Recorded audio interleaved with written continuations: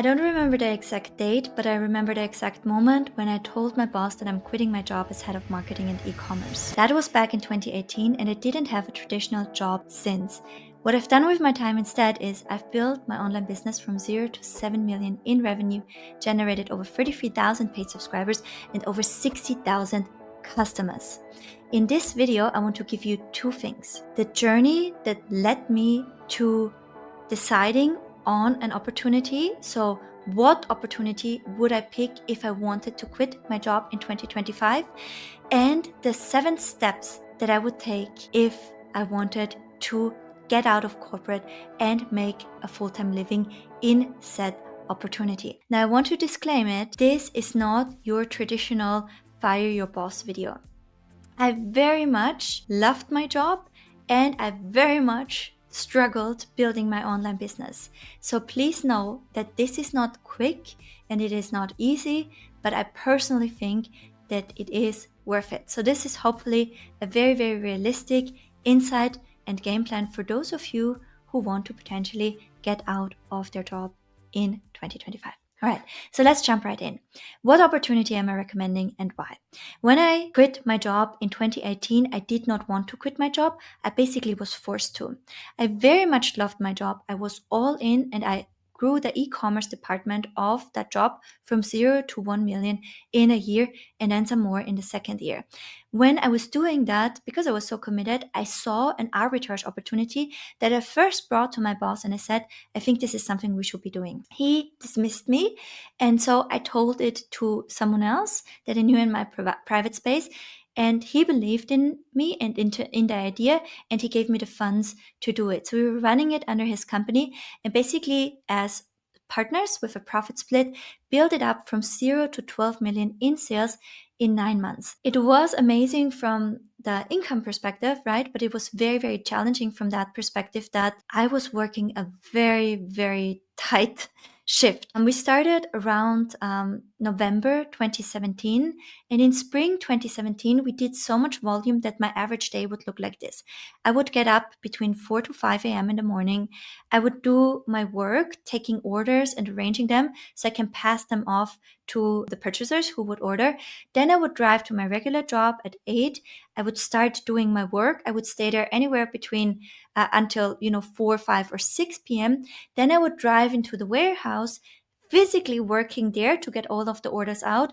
And then I would drive home around 8 or sometimes 9, and I would work in the back office of it till midnight, right? So that everything is set on the next day to come. Now, if you've ever been sleep deprived, if you're a mom, right? I'm a mom of a 5-year-old, you know what it's like to run on sleep deprivation for extended periods of time. My body really was feeling it. I had 47 kilos. I started to smoke with the people who would work in the warehouse, and I was just really running myself into the ground. So I knew I cannot continue like this, which is why I told my boss that I would quit my job. I felt very, very guilty about this, but I didn't have another chance, it felt at this point in time. And my job felt like a shrinking opportunity, also because I felt like I couldn't have the impact that I wanted to make there, versus the other felt, like a growing opportunity. Little did I know, and I always knew that it's a limited time window, like every arbitrage business, but I didn't know that it would end as soon as summer, and it would end very rapidly. It grew so quickly that I had hired all my friends and back then my fiance to help us out. And of course, because I was not able to provide the opportunity anymore, had to let go of them, which led to a little bit of fallout. And while my former fiance never quit his job, the turbulences of the experience broke up, some dysfunction that was there anyways. And so I split up. And, that was almost a decade-long experience. It was my best friends. It was my well-paid corporate job. It was my new identity as an entrepreneur. Everything fell into the ground, right? And while I was able to walk away with a payout, I didn't want to live on savings, right? And I didn't know, I also couldn't back then go back to a corporate job because I just that much had tied my identity to being an entrepreneur that it would have felt like the ultimate failure. Looking back, it's silly, right? But in that moment, it just felt like that. So I decided to enjoy the summer. And I went to a music festival in Budapest, which is called Sziget, for those of you who know. And I met my now husband. Now, the interesting thing is that, I'm from Austria. He's from Canada. He grew up in India, or part of his life in India, then to Canada. He was also very much into the entrepreneurial world that really exploded around this time online with YouTube videos, etc. So we had common interest to share it, and I really felt he was, the first person I could talk about this who cared, right? And so we really connected through it and started a long distance relationship. And I eventually decided to visit him in Canada, and we wanted to build something up there. I dabbled a little bit in and out of e-commerce. I had a drop shipping store, then I had some stock, but it was really, really challenging from a cash flow perspective. So I decided to take on some done for you work as an advertiser. And basically we started an agency together that would, make money fairly quickly, because running ads was a skill that was in demand on the marketplace. We ran into an issue because we didn't find as many e-commerce clients as we wanted, and there were more clients in the realm that wanted to sell courses, right, and coaching and personal branding. It wasn't all too experienced, but I did look into their ad accounts and I thought that I saw a lot of potential, but it was hard to sell those clients because they would ask for references in that area and didn't have anything to show for. I met a coach that wanted to first give me the opportunity that she's a living case study and document it for her Facebook group, but eventually last minute she ghosted me. But that idea of a living case study stuck with me. And so I decided to be my own living case study so I can attract more done for you clients that are coaches and course creators. Now, what happened was that I did that, but what I realized is there were much fewer people looking for having it as a done for you service, as there were people who are looking to learn it for themselves. And so I started to have a one-to-one program. I would teach people kind of the big picture of it, because when you run ads for personal brand, there's much more that goes into it. You need to closely shape the product with the coach. And after I had done my beta round, I also knew that I don't want to sell a high ticket, because the person has to be ready to receive it and you have to be ready to teach it. And I knew that I just wasn't in at that point in my journey, and that there were just a lot more people in the market who were, bloody beginners with all of that. So I settled on a low ticket membership. And because of my background in e-commerce, I was able to grow it relatively quickly, right? So it was really when I then introduced a front-end membership and had a back-end membership, when the business just exploded. My memberships grew really, really fast to thousands of members. And then people wanted to learn, how do I grow a membership the way you did? Because that was an even more in-demand skill, because there were not a lot of people who were able to grow memberships using paid ads and who sell low ticket coaching. So I really became a membership expert and kind of known for that. I absolutely loved memberships. I loved the monthly recurring revenue. I loved the delivery at scale. I loved that they were so fair. And so I was really, really committed to that. I was in a very happy place. And it wasn't until I saw Alex Hormozi wearing this hat, and now you can probably guess the opportunity, that I became interested in school. So at that point in time, I was self-identifying as a membership expert, and I wanted to stay ahead of the game. I saw him wearing the hat. I was like a huge fan of Alex Hormozi. I still am. Very, very grateful for him and everything he has done for me personally as well. And that happened after, through school, actually. But I checked out, what is he up to?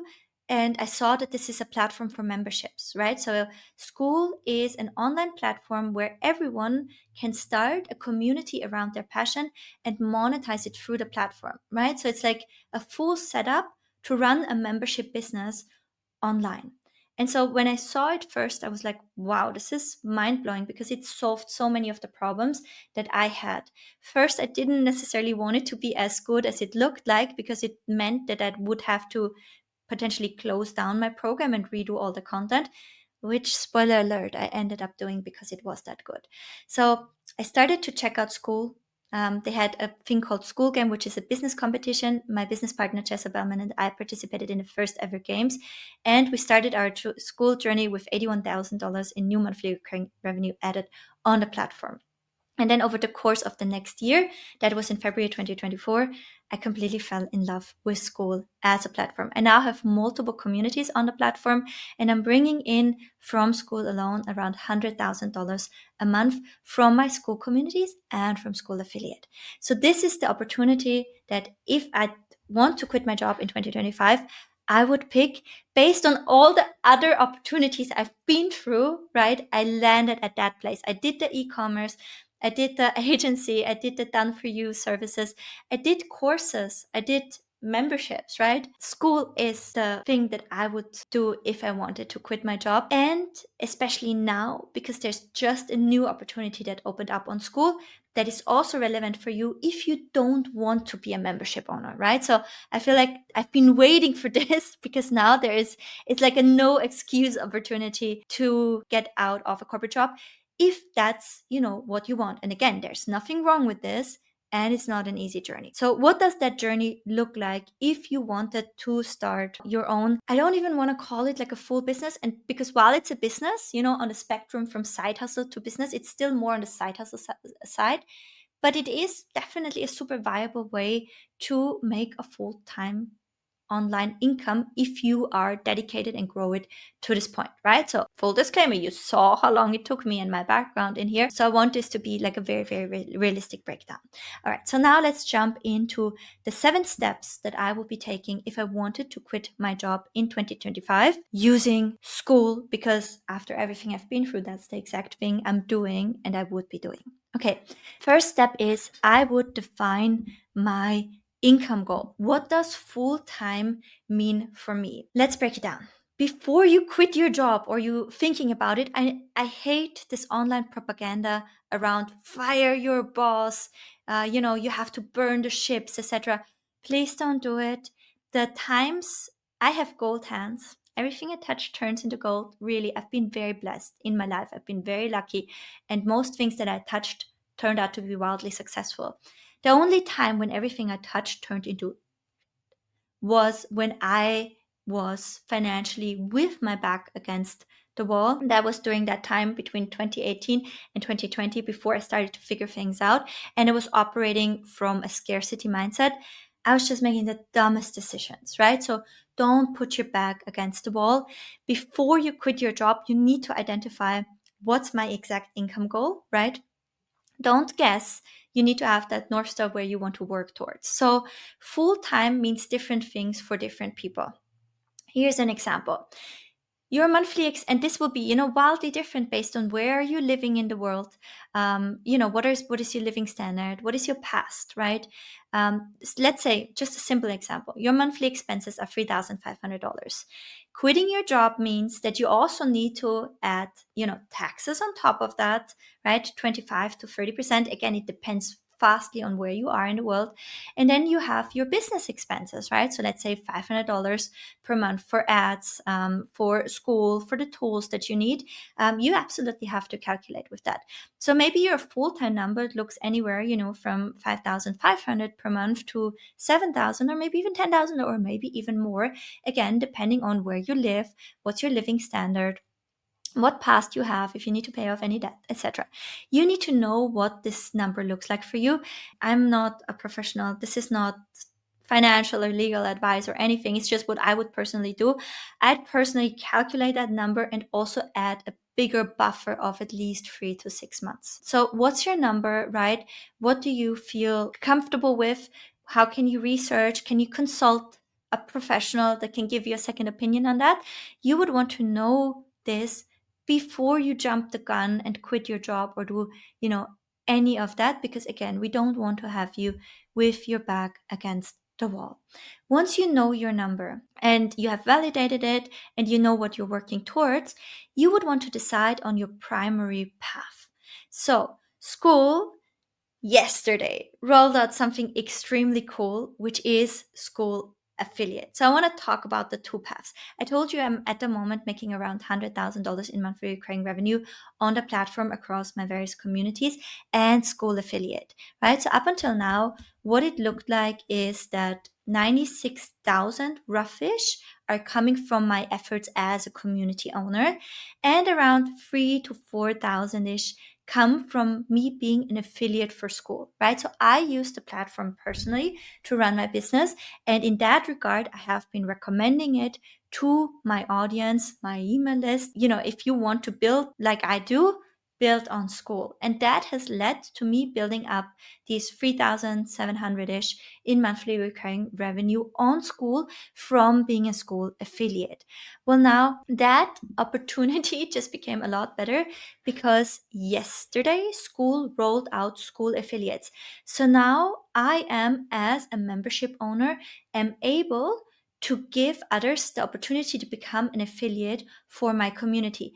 And because Skool has made it really, really seamless, I've been in this market since 2020. I've never seen such a seamless and easy integration. Usually it's a complete headache. A lot of community owners will turn this on, right? Because it's an easy additional marketing channel for them. And by turn this on, I quickly want to show you how amazingly easy it is. Here you can see my Skool. All I had to do to enable affiliate is come to my settings, affiliate, and decide how much commission I want to give. Skool is taking care of all the rest of it. If you are on Skool and you want to completely understand how they have set it up, I highly recommend you check out their YouTube video. They had an affiliate launch party yesterday where they broke down all of the features. Sam Curver and Hormozy, they walked through everything. It is really, really super simple for you as a community owner. That's all you need to do. Now, if you are and want to be an affiliate of a community, what you'd want to do, right, is come to the community. So, for example, one of my first online clients since 2020, she has become a close friend and mastermind member, ventured into helping people to create physical stationery products, planners and affirmation cards, etc., around their expertise. And I am a client of hers for this. She's helping me right now with my first physical product. And so I'm a member of her community and I'd love to refer people, right? I absolutely adore Laura. I love the community. I'm personally working with her, so I can wholeheartedly recommend.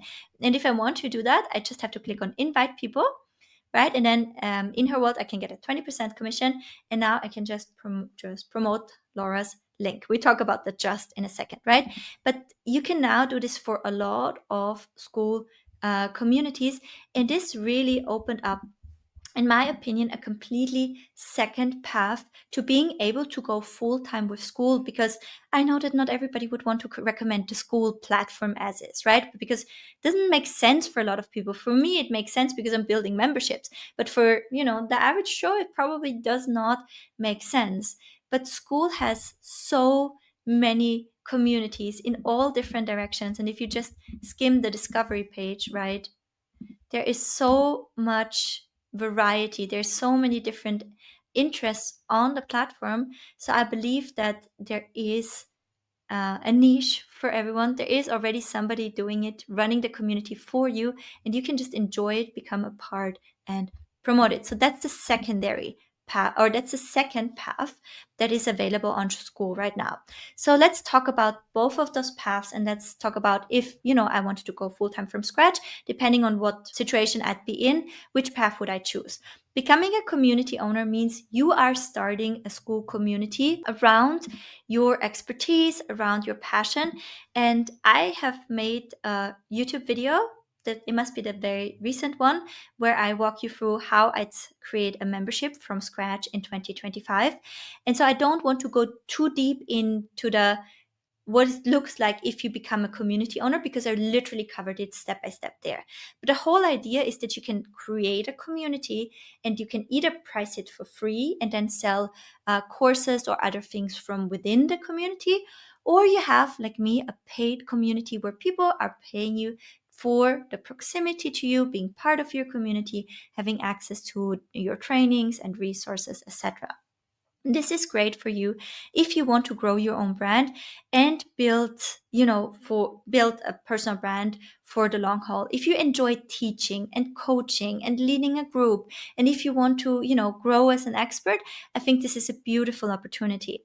If you like to nurture people, and if you like to basically have something that's super predictable where you can also influence a lot, I think this is great for you, right? So when people are talking about how I'd quit my job, they often are, so I can be free and travel the world. You can travel the world with this, but I want to say that me running the Skool communities is very much my job, right? So I am working a lot. I probably work harder now than I did in corporate, but I absolutely enjoy it, and this is why it doesn't feel like that. But it's not, it's still a lot of work, especially when you are that community owner, right? And it's also a commitment because your members believe in you and you want to be there and you want to show up for them consistently, right? So that's the key. Now, affiliate is, like I said, the other part of it where you are promoting different communities, right? Because you can pick and choose. And while it still requires you to be consistent and build up an audience, we talk about that in a second. What I like about it is it's much more low risk. You can do it in a way where you're doing it faceless, at least out on the outside on social media. I know that this is very important for a lot of people who are still in corporate. They don't necessarily want, their employers or their colleagues to see them out there on social media promoting something. So I think that's a great way. It's beginner friendly. It's low risk. You can do it faceless. And what I also really like about it is it's much less like a job because you're partnering up with someone, the fulfillment is off your plate, right? So when I eventually quit my job and then I had the business not moving forward because that affiliate or that arbitrage opportunity ended, I knew that I only have marketing and sales skills. I didn't have an audience and it didn't have a product and it didn't have delivery competence. A lot of people they confuse being able to market with being able to run a business. Marketing is just a very, very small part. It's a very important, very impactful, very meaningful part of a business, but there's so much that goes into it, right? And so if you are in that shoe where you're building up something on the side, you might not have the capacity to do it all. So that's also why it's really, really great for those people who want to have that transition. Now, can you do both? Yes, absolutely. So I would pick a primary path and then a secondary path. If you know you want to be a community owner, right? Like I am, I burn for this, I live for this, I enjoy it every single day. I love serving my members. Then this path is for you. But you can still make it a little bit easier for you to monetize and fund your growth by promoting other communities that are in alignment, not competition, with what you have to offer and with the audience that you're building for your ultimate offer. Now, if you're picking affiliate, you can be part of multiple communities, right? And so you can see first of how does a successful community owner run the show, right? So you're learning so much throughout the lines. You learn to be a valuable member of a community, to have what is a good user experience, and you will also be able to see where's the community owner dropping the ball, what's missing in the market, where can I potentially offer something that is currently not delivered, right? So it's like being in this market research, becoming expert, learning how the business runs stage, and having opportunities to getting paid while you do that, right? So you eventually become ready to run your own community. So both paths work. Both can have a secondary leg. Of course, if you're like, I don't want to recommend anyone, you can do that totally and just have your community. Or if you're like, I never want to have my own community, I just want to build it up to like a full-time income, and then I'm hands off, I don't have any obligation. I also completely understand that, right? So that kind of goes back to the first point, is like, what does your version of quitting and being full-time look like, right? Because not everybody needs to make a couple 100,000 a month in sales. For everyone, it will look very, very differently. And you have to know what is the right path for you. Now, third step is also the same for both paths, and that is becoming a member. So in my other recent video about how I'd start a membership from scratch in 2025, I talked about having a North Star vision, right? So basically, you create a Miro board and you feel into your North Star, like, where do I want to grow at? Who are the people I want to be on a journey with? What's communities I want to be immersed with? What are problems I want to solve for myself, right? So what are my genuine true interests? And then you go through your feeds, because hint, you already have a lot of those interests. You just need to collect them and share why they are meaningful for you. And then you would want to collect them on your Miro board. And I just want to show it again. And basically take notes and say, why is this meaningful? Well, did I pick this? What about this feels important for my own journey, for my self-actualization, for who I want to grow in, right? And once you have collected a decent size and you feel like something is coming together, like I said in the other video, you would want to record yourself with Loom, just rambling through, right, why this feels important. And in a path where you become a membership owner, you'll take that ramble and you turn it into your first offer hypothesis. And in the world where you're becoming an affiliate as your primary path, you are taking this and you're turning it into your audience niche hypothesis. Both can be used to then create your strategic freebie, okay, which is what we're going to talk about in a second. So finding your North Star is really, really important. And a part of finding your North Star is also to check out communities and see what fits into that big vision of where do I want to grow into, what spaces do I want to be a part of, who do I want to evolve into.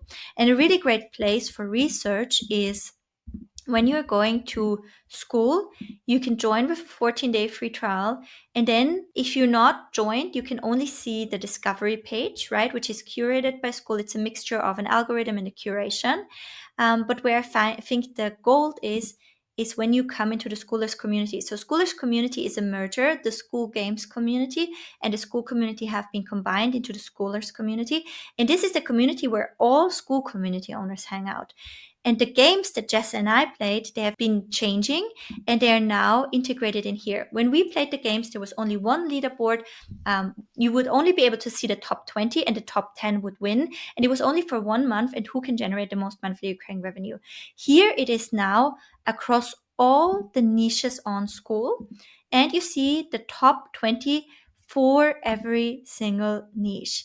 And this is a really great starting point for you because you can go into all of those different communities, right? So let's say hobbies, travel community here. This is doing so incredibly well because you also see by how much monthly recurring revenue have they grown in this quarter, right? So it's a quality indication. Obviously, you would want to, if you become an affiliate, you would want to look for communities that are growing, that are converting, right? Because then they take that conversion burden and that sales burden off of you. And here, what I also love, what they have changed about the games is it now takes churn into consideration, right? So this is the growth minus the churn, right? Which is also an indicator for the quality of the community. You really want to pay attention to this. So this is very interesting for you to check out whether you want to build your own community or you want to become an affiliate, because if you want to become an affiliate, you want to have communities, that are worth promoting. So you want to check them out and you want to see what resonates with me, what is on this plan of, the person I want to become into, what's the audience that I want to gather, what are the people that I want to, spend my time with in the future. And so you're adding these communities to your vision board and you're basically getting a good idea by checking them out, like what is this for. And then eventually what you would want to do is you would want to become a member of the most interesting one for your own market research purpose. If you want to have your own community but you don't want to copy, you just want to understand what is working for them and what from your own experience what you can bring to the table, right? But you also want to understand it. So I'm very much against you copying someone, but it's a difference being immersed in a community where there are people that are also interested in what you have to offer, and then create something unique by understanding what is missing versus going in and copying someone. I think this has to be self-explanatory at this point. The second piece is when you become a member of a community and you become a passionate user of it. How can you recommend something wholeheartedly if you're not convinced of it, right? I was able to recommend school so much because I have full conviction, because I've seen what my life was without it and how my business and life is with it. And so I'm just very, very passionate about it. I can wholeheartedly recommend it. So you would want to become a member first. And this is also something that Sam often said when I was interviewing him. He said that the best game developers have been passionate players first. And the same is for school communities, right? The best affiliates will have been convinced users first, and the best community builders will have been users of other communities first, so that they saw, what is missing, what would I want to have. So becoming a member first is really, really important. Now, what's the next step? When you have your mirror board, when you have the communities, right, that you want to immerse yourself in with, when you keep also witnessing the conversations in the community, and you also adding everything that feels important from the communities to your mirror board, so your vision gets the data for your vision gets denser and denser, you want to record that Loom ramble, sharing, here's kind of the direction that I want to go, and either turn it into an offer or turn it into a hypothesis for what is my audience. I did in the other video show you how to turn it into a hypothesis for your offer and a sales pitch from there. In this video, I want to show you how to turn it into an audience hypothesis. So I'm quickly going back to that ramble that I recorded. And now I am taking the transcript.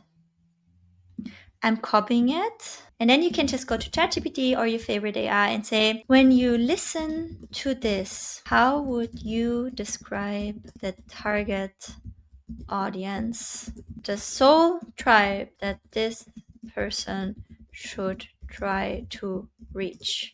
Okay, so a highly conscious, self-aware woman in midlife who is seeking holistic self-mastery, not just physically, but also mentally and spiritually. They are growth-oriented, introspective, and open to transformation, but they want to do it in a way that honors their authentic self rather than chasing external validation. Key traits, ideal audience, right? So ChatGPT will give you the cheat sheet for what is the audience that I need to build for my affiliate offers. Now, once you know the audience that you want to build, you need to create an audience builder, aka strategic freebie, aka lead magnet, so that we can start building your audience. So where you would want to go from here is, I don't know what I ultimately want to offer. Here are a few communities I'd want to promote as an affiliate in the meantime. Okay, then you would want to go to the communities that you would want to promote as an affiliate in the meantime. And so I just want to go for spirituality now.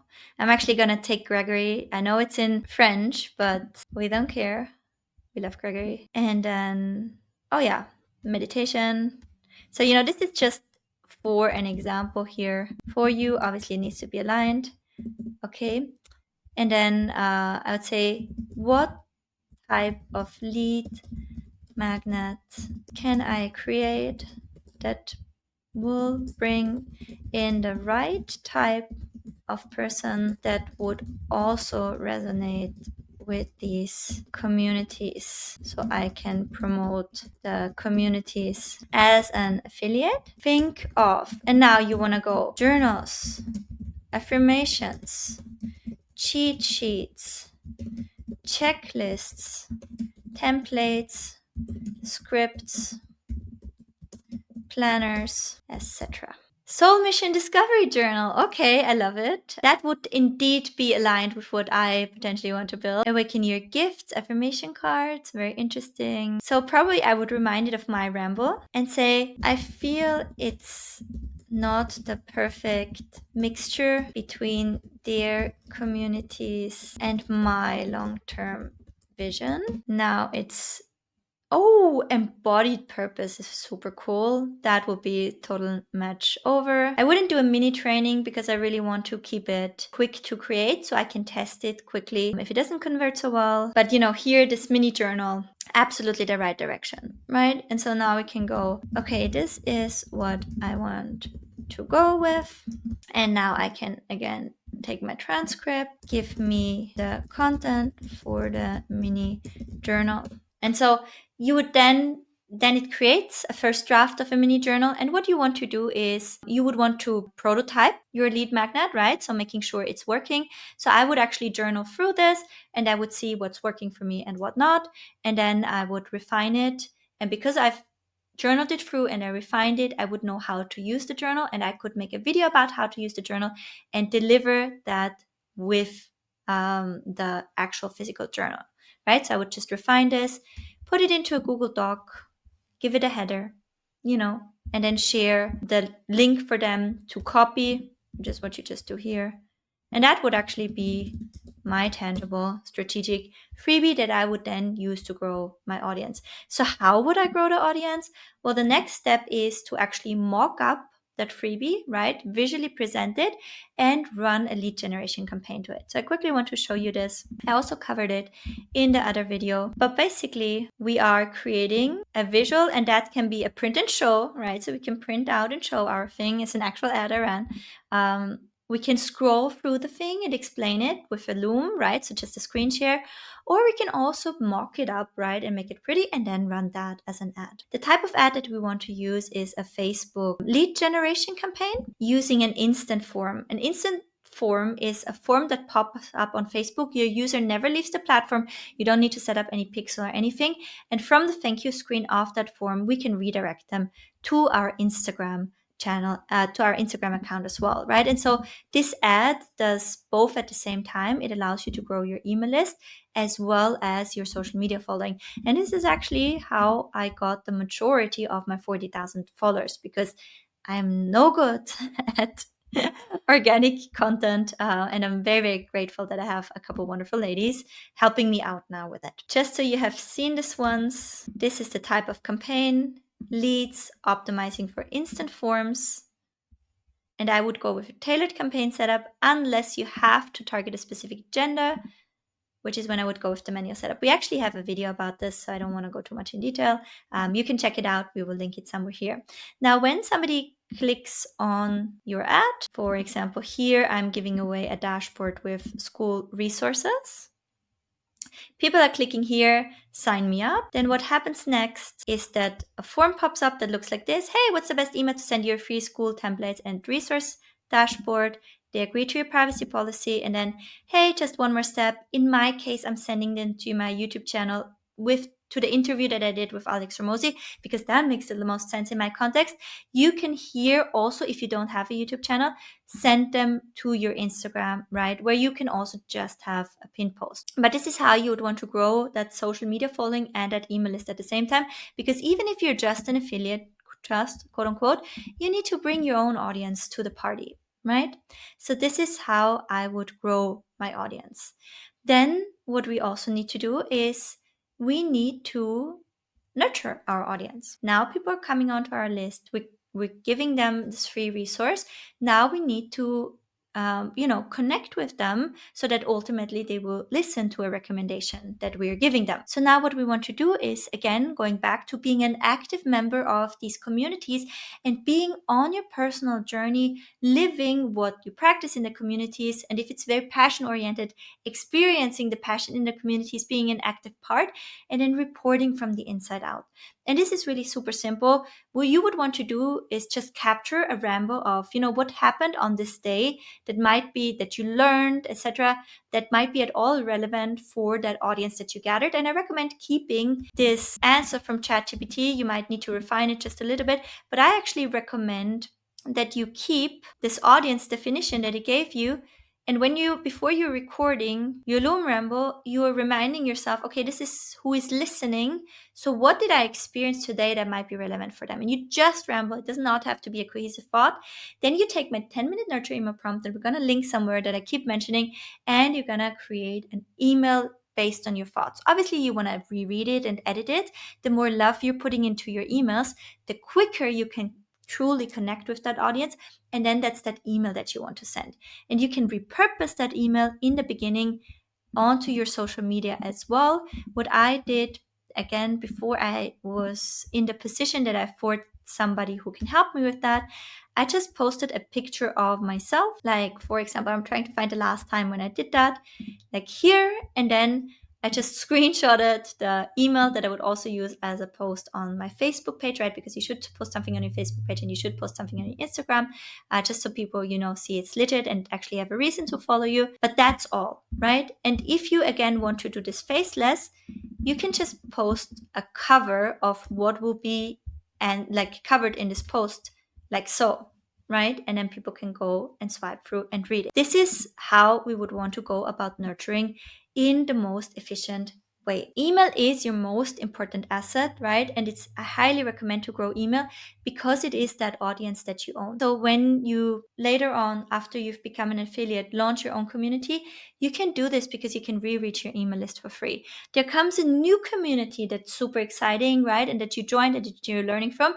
You again can be an affiliate for that and you can just keep re-reaching people for free. I've been in the online world running ads and e-commerce, etc., for over a decade, and I've been in this particularly market for 5 years, 5+ years, everything changes, but email kind of stays the same, right? In a sense of it's very reliable. I think, with all the changes with AI, it's probably still one of the last things that are going away. You own the media, right? So like the TikTok ban, etc., it cannot affect you. You re-reach people for free, right? So which means that you have many, many more times that you are able to potentially still monetize. So it's very low risk, very sustainable. And if you are keep being consistent with it, it can compound into being very, very profitable, which is why I absolutely love it. And if I could only do one thing in the world, it would be email marketing.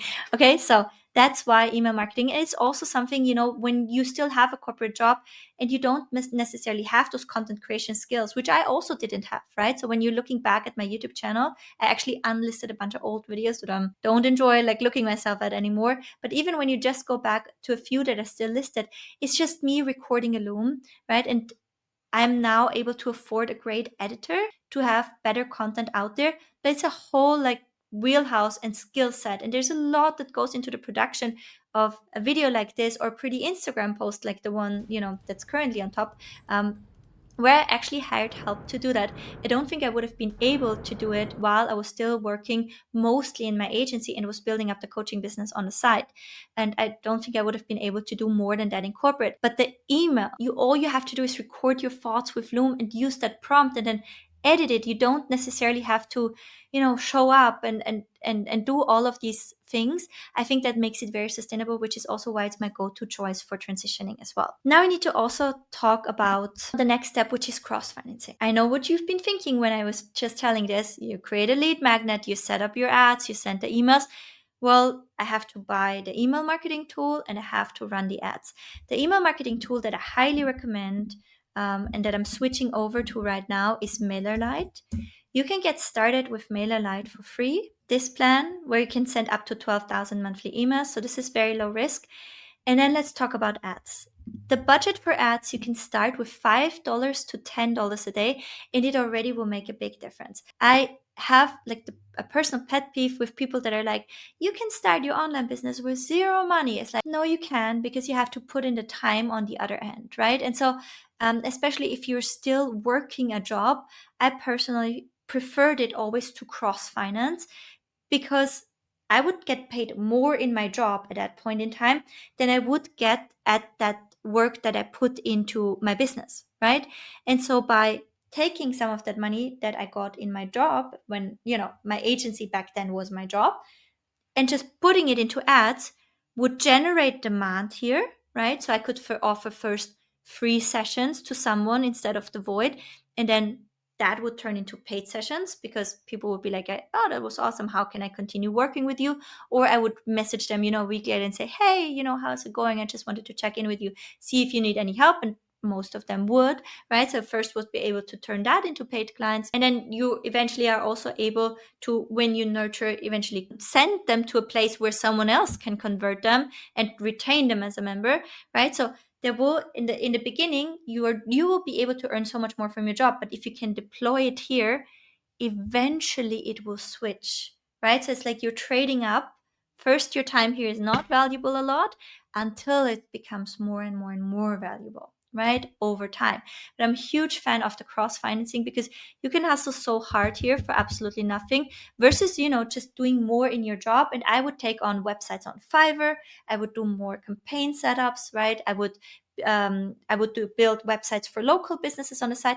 Also, I can put it back into the campaigns. I would offer free sessions that I would then turn into paid sessions that I would also put back into the ads, right? Which is one of the easiest things that I find you can offer, in the early stages, especially if you want to grow into the shoes of being a community owner. But I feel like it does not make sense to try to get to a point of where you're earning so much in your business as you do in your regular work because you have no lever. It's better to say, I'm just putting more into my regular work where I know how much I can get paid. And then I deploy it here into the ads, into the audience. And so I can build up the audience so that I then, when I deploy it, I do have a lever on my time. So I'm a huge fan of cross financing and, therefore also not a fan of quitting your job and then figuring it out. And like I said, you can start it for comparatively affordably $5 to $10 a day. Maybe you can find some unnecessary subscriptions you can cut back on. Maybe you can find some unnecessary expenses that you're making, so you can put it there. Maybe you can find some extra work that you can do in addition, so you can put it back into ads and build up your audience.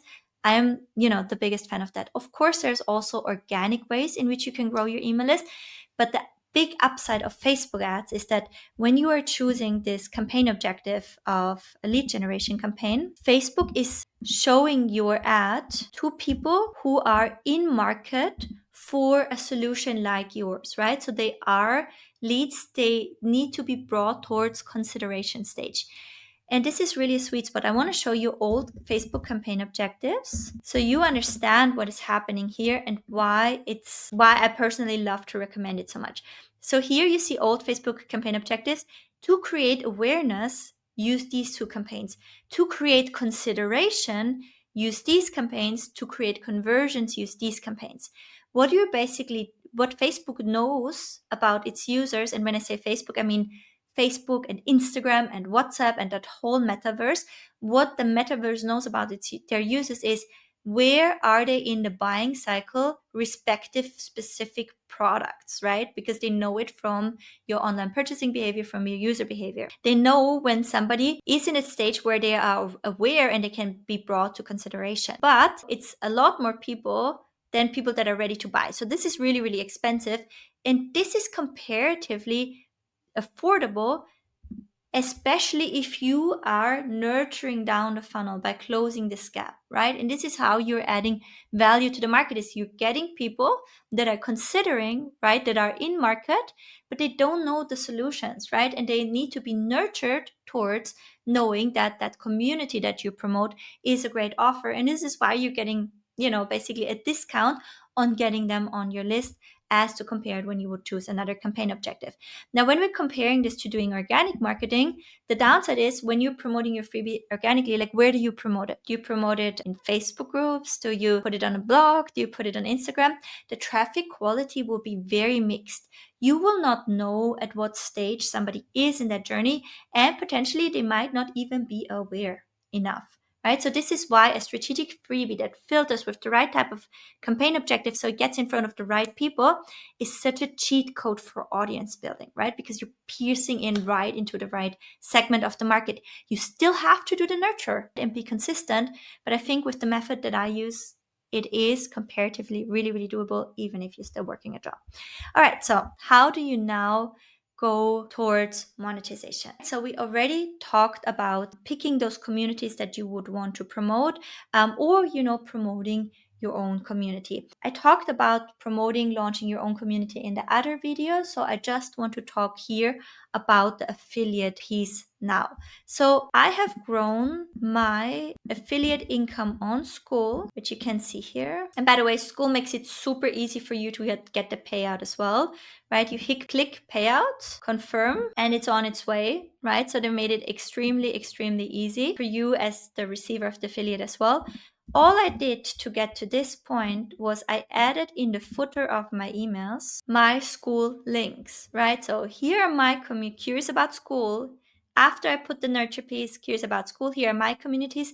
Just want to use the software. If you use my affiliate link, you'll get a 14-day free trial, commission at no extra cost to you, right? So all I did was including the links in my emails. And so if you would want to promote other communities, the first step is to add them, just to the footer of all of the nurture emails that you have. And so instead of then I promote my own communities, you would say, want to learn X? Check out this community. Want to learn Y? Check out this community, etc. And you can just have a links tag at the bottom of your emails. The next thing is that you would want to also look for what promotions is the community owner running. So I would recommend, you check out the communities and you really become an immersed user and you really understand, what the vibe of the community is.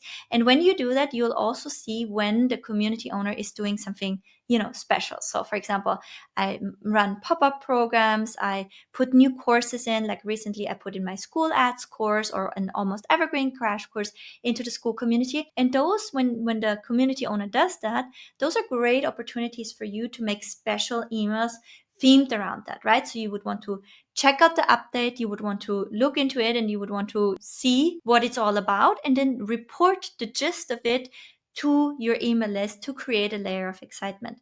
When the community owner is running a limited time promotion, that's a great opportunity for you to jump on that limited time promotion and also communicate it to your list. You can also do additional incentives for people to join a certain community. So, for example, as if you were a Grow with Evelyn member, as you're going through the Heart of Growth course or through the list building course, you could say, hey, I just went for the list building course. I created my own freebie. I set up my first ad. If you're signing up to Grow with Evelyn now, I can help you with that, right? I meet with you for 30 minutes and I can help you with that, right? I can be your personal guide, helping you additionally with it, right? And so there are many different ways, and maybe it can just be a bonus thing, right? So maybe you can just say, hey, I just did that.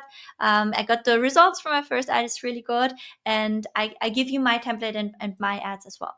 So there's many different types of bonuses you can get based on doing the work in the community. And they can be you giving a little bit of extra time, extra support, extra accountability, right? So it's like, I know you've joined a lot of things.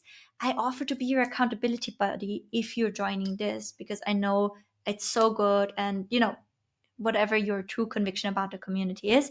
But you can add things like access to you in which form ever, accountability, tools that are byproducts of you doing the work. All of those can be bonuses that you can push when people are signing up under your link. So you would want to have your regular nurture emails, but then you would also want to have your promo campaigns promoting when something new, exciting is happening in the community, promoting a promotion that the community owner is running anyways, and then also creating your own promotions by sprinkling in your own affiliate bonuses. And so in your regular nurture emails, you really want to document your journey with a respective community, or with all of them.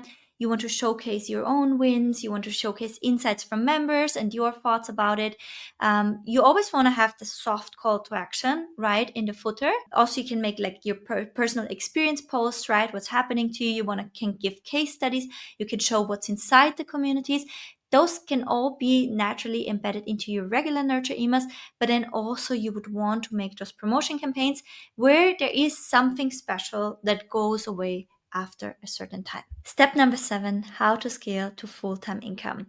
Now, the really cool thing about school commission is that most of it is recurring. You can set up a school community free or paid, and as the community owner, you can decide if you want to make a paid group lifetime, monthly and annual, or just annual.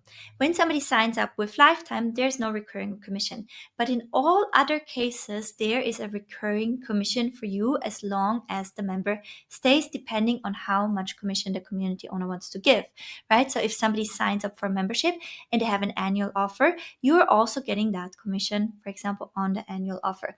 When somebody signs up for the monthly plan, you are getting that commission again in the next month if the member should stay. So the first strategy in scaling is, and you will see this in school, to see who is currently trialing under you as an affiliate. So let me quickly go back to the dashboard. So here you can see the different communities, right, that all have unlocked affiliate that you can use. And then you can see, who is on a trial within that community based on your referral. And so when somebody is still in a trial, or when somebody is in the community, you can also reach out to them, right? And just say hi in the community and say, hey, I'm super glad you made it here. Thank you so much for following the recommendation. Is there anything you need help with? You can send them a message. You would want to connect with them. The more that the people you recommend can enjoy the community and get value from it, the more likely they are to stay. So that's one thing that I would focus is just make sure to secure the revenue that you've generated anyways. Obviously, you never want to be pushy about anything, not in your emails and not in your communities. Community owners, where people are coming in under false promises or overhype, they will potentially remove you and not let you be an affiliate anymore, because we want to create a good overall experience for everyone. So, you can't tie someone to staying if it's not for them, but reaching out and just saying hi and asking them if you can help them with something goes a long way. The second thing is that you would want to start stacking communities. You can promote multiple communities in your emails, depending on what you're most excited about. And so you don't have to restrict yourself to one community. And I would always keep being on the lookout. There's a lot of new school communities that come in all the time to see if there is another complementary community that I can add. Then there's also the effect, which I wouldn't want to underestimate. And I know it because I did it for all the members who built memberships following my programs. I did promote their memberships to my email list, not as an affiliate, but just, as their coach, being proud of them, showing them off. I had people buying all kinds of memberships from my email list, although they signed up, to a business email list, but they would still, buy things like dog behavior training.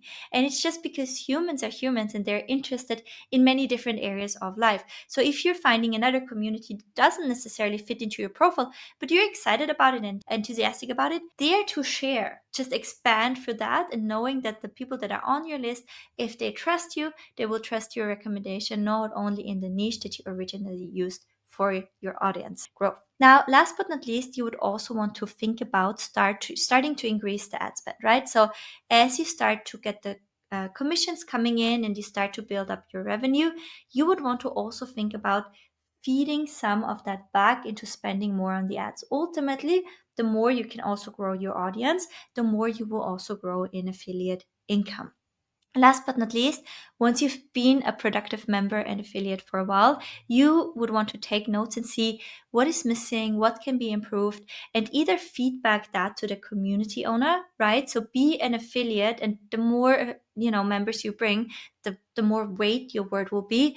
Be an affiliate that helps the community owner to improve the experience, or eventually also start your own community where you can combine different elements that are missing from others' communities based on your unique journey that you have been through. And the cool thing is, now you have that audience for that community or pop-up program ready as well. Another kind of last tip that I want to give is to also try to look for communities that have low churn. So for example, my community, we only have 4% churn. And of course, the more you can pick communities where the owner is taking care of the marketing, taking care of the members, retaining them, right, and delivering a great experience, the more hands-off you can be. Also, as you scale, the more capacity that will give you to keep growing and nurturing your audience so you can be a bigger affiliate for those communities. And last but not least, you might also want to venture out into bigger content formats like, starting a blog or starting your YouTube channel. YouTube has been a real game changer for me. There's nothing that nurtures as much, but I know if you're in corporate, you might want to wait with that, until you're out on the other end.